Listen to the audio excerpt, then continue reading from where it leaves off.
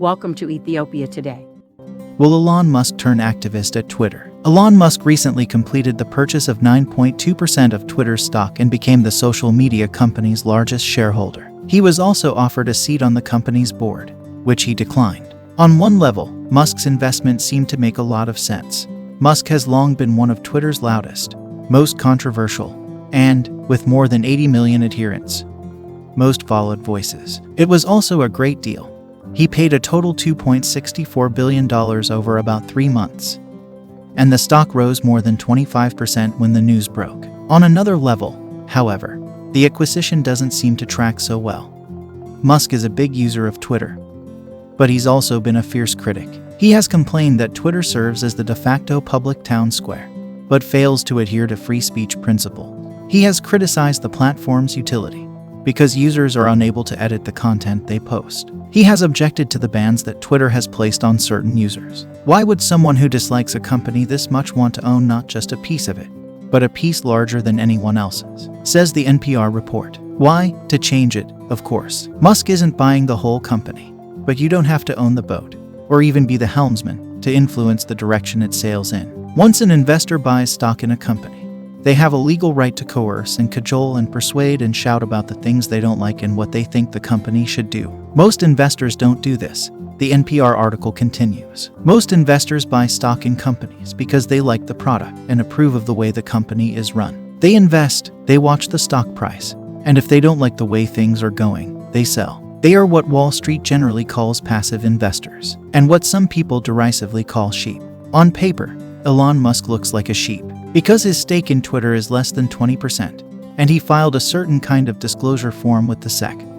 The Wall Street regulators formally regard him as a passive investor. But the reality is that the amount of stock an investor owns neither predicts nor dictates how silent or volatile they might be as a shareholder. In other words, Musk might look like a sheep on paper, but there's nothing to stop him from behaving like another kind of animal, like a lion or a wolf. A lot of people in the market are anticipating that Musk will throw off his sheep's clothing and become what's called an activist investor in Twitter. Not just an active investor, which is someone who might buy and sell a lot of stock, which Musk could well do, but an activist, someone who puts pressure on management, someone who has an agenda, someone who just won't shut up until he gets what he wants. There's a long history of shareholder activism, dating at least as far back as the early 1600s.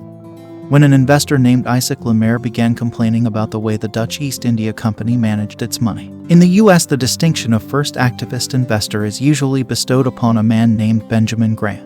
In 1926, Graham was a shareholder in a company called Northern Pipeline, which owned a lot of railroad bonds and other securities. Graham suggested that the company sell those assets and distribute the profits to shareholders. The company ignored him, so he launched a campaign, writing letters and meeting as many other stockholders as he could. He eventually got his way. This week, The Indicator spoke with Brandeis University finance professor Anna Sherbina, who outlined the range of tactics activists can use to influence a company. The least aggressive is simply meeting with the board of directors and outlining their concerns. The next step might be pressuring shareholders by lobbying them, or releasing information about the company to the public.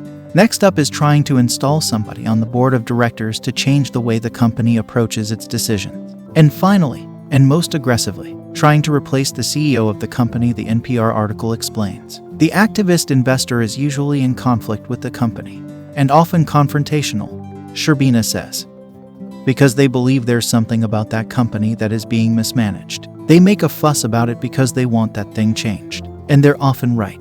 Sherbina says that in the past, corporate governance in many companies was poor.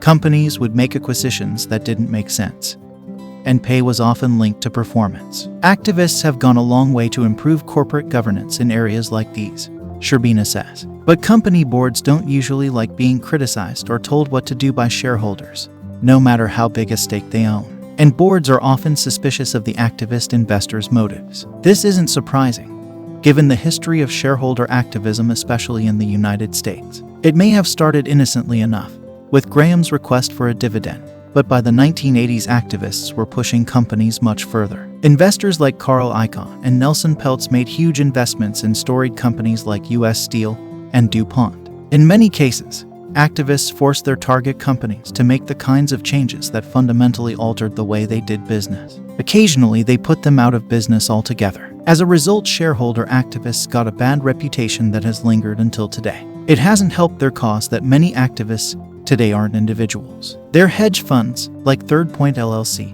run by the irrepressible Daniel Loeb, who is not shy about using all sorts of tactics to pressure companies to do things that he argues will increase shareholder value. But activist investors today aren't just about juicing shareholder value. They're often increasingly focused on less fiscally tangible aspects of a company's business, such as its approach to climate issues, the way it treats its workers, its stated stance on world events, the kinds of nonprofits it supports, and the way corporate decisions are made. Many big investors like CalPERS and the New York State Common Retirement Fund are paying particular attention to these kinds of environmental, social, and governance factors. They're bringing these issues to the attention of corporate boards, pressing for change, and effectively turning from passive investors to activists.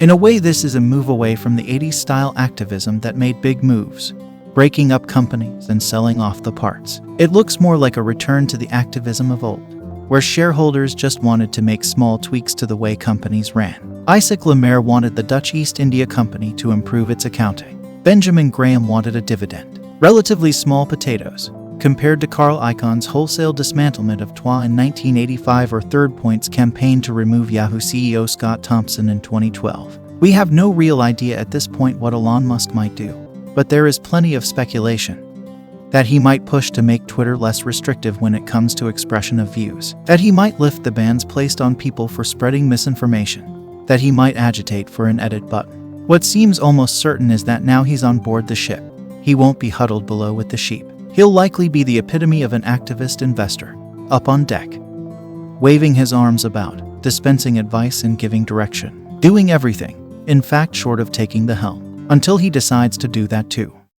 Are you looking for professional website and secure web hosting services? If so, you have come to the right place. Everything you can imagine is real. For us, impossible is just an opinion. As all our experts are highly professional and friendly, the digital home of your business is in safe hands and no more technical pressure on you. If you require a charity website, we have 20% off. Our team has already delivered great projects with highest standards which our customers always love. We are forward-thinking team and hunger to deliver more and help. Let's bring your dreams into reality. Get in touch today.